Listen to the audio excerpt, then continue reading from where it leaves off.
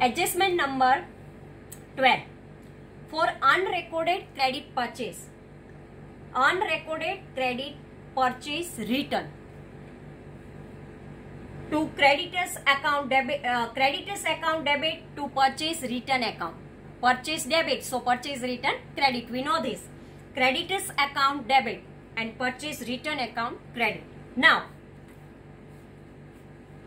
when purchase return is there, at that time our liability decrease. So balance sheet liability side deduct from the creditors, because our liability reduced. So we have to minus this amount from the creditors.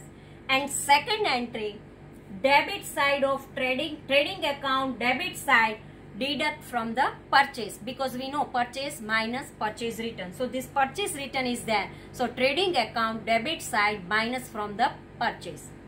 Now next adjustment, 13 adjustment for unrecorded credit sales return. Here purchase return is there and here sales return is there.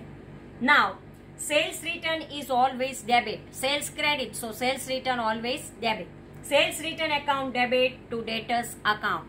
When there is a credit side of trading account deduct from the sales. Sales we have to write trading account credit side, and now this sales return is there. So trading account credit side minus from the sales. So sales minus sales return. And second entry, asset side balance sheet. Asset side of balance sheet deduct from the debtors, because our debtors also reduce. Now 14th adjustment, purchase return recorded to sales book. Now concentrate, because this is very important. Purchase return is there but recorded in sales book. So what we first we have to write the journal entry. Sales account debit to debtors account. Sales account debit to debtors account, because sales wrongly we write in sales book. So give the opposite effect to sales. Sales also always credit, and now we give the opposite effect to sales, means sales becomes credit. Now actual what happened, purchase return is there, so we have to write to debtors account. Here two adjustment entries are there. First we write sales account debit to debtors account, and afterward it is purchase return is there. So creditors account debit to purchase return. So two adjustment entries are there, and here not only two effect but we have to give the four effect. So first of all we have to write credit side of trading account deduct from the sales, because wrongly we write the sale. So first we write trading account credit side deduct from the sale. Second entry, asset side of balance sheet deduct from the debtors. Asset side of balance sheet deduct from the debtors. So for first adjustment entry we write two effects. Trading account credit side deduct from the sales, and second entry balance sheet asset side deduct from the debtors. Now second entry, creditors account debit to purchase return.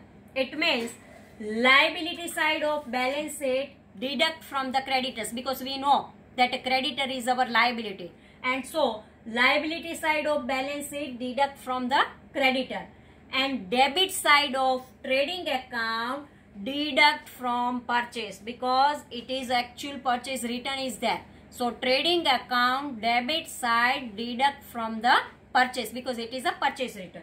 So this type of four adjustment entries are there. When keep this thing in your mind properly, that when there is a wrongly written any entry are there, at that time in place of two entries there are four entries are compulsory. Understood? Now 15th one, sales return. Here also sales return recorded to purchase book. Sales return are there, and wrongly it is written in purchase book. Here also two adjustment entries are there and four effects are there. Creditors account debit to purchase account. Sales return account debit to debtors account. Now for the first adjustment entry we have to write creditors are there. So liability side of balance sheet deduct from the creditor. Liability side of the balance sheet deduct from the creditor. And here purchase is there. And we know trading account debit side purchase is there. So trading account debit side deduct from the purchase. Now second entry sales return account debit to debtors account.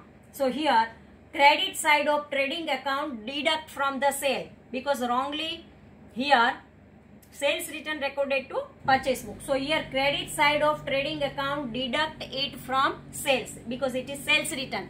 So correctly it is sales return, so minus from sales. And asset side balance sheet deduct from debtors. Asset side balance sheet we have to write this amount minus from the debtors. Now 16 adjustment, credit purchase recorded to sales book. It is a credit purchase, but by mistake it write in sales book. So sales account debit to debtors account, purchase account debit to creditors account. First we write this entry, wrongly written entry, we make it correct, and afterward correct entry. So here also 4 effects are there. First sales account debit. So trading account debit side deduct from sale. And asset side of balance sheet deduct from debtor.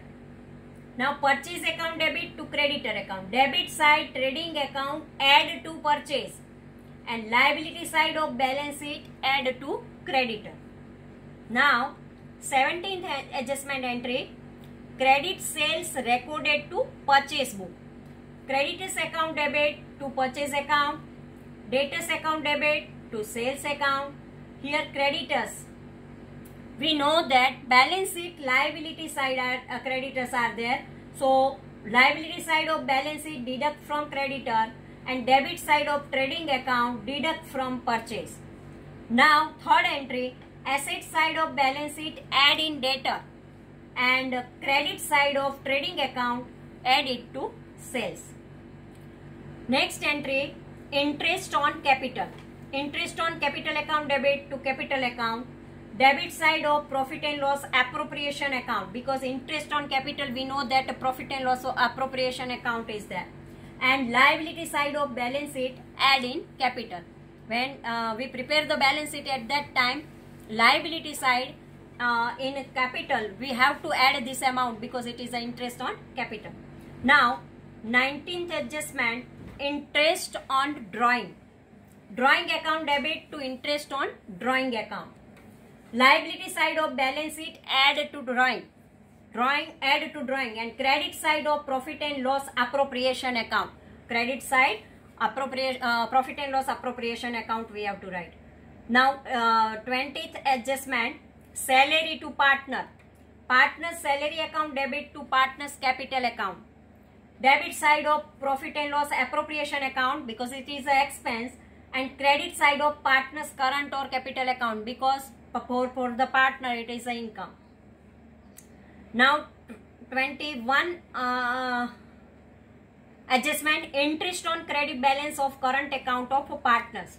Interest on partners current account debit to partners current account.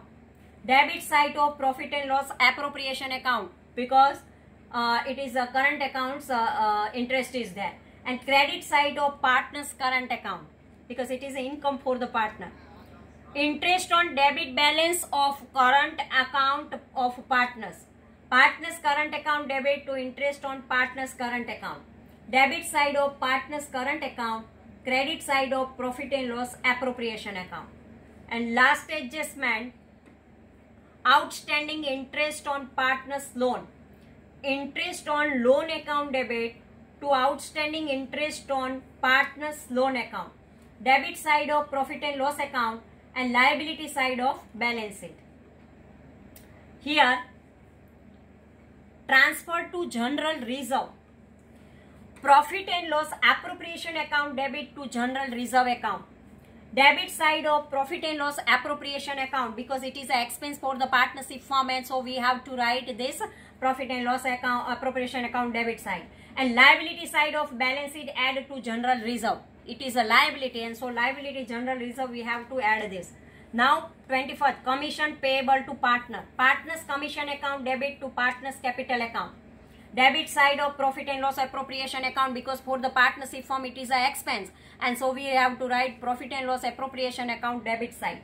And credit side of current or capital account of partner. For the partner it is an income, so we have to write partner's capital or current account credit side. Now 26, interest on advance loan. Outstanding interest on loan account debit to interest on loan account. Asset side of balance sheet account debit, and credit side of profit and loss account. Amortization of intangible asset like goodwill, patent, trademark, copyright, etc. Profit and loss account debit to intangible asset. Any asset is given, then we have to write profit and loss account debit.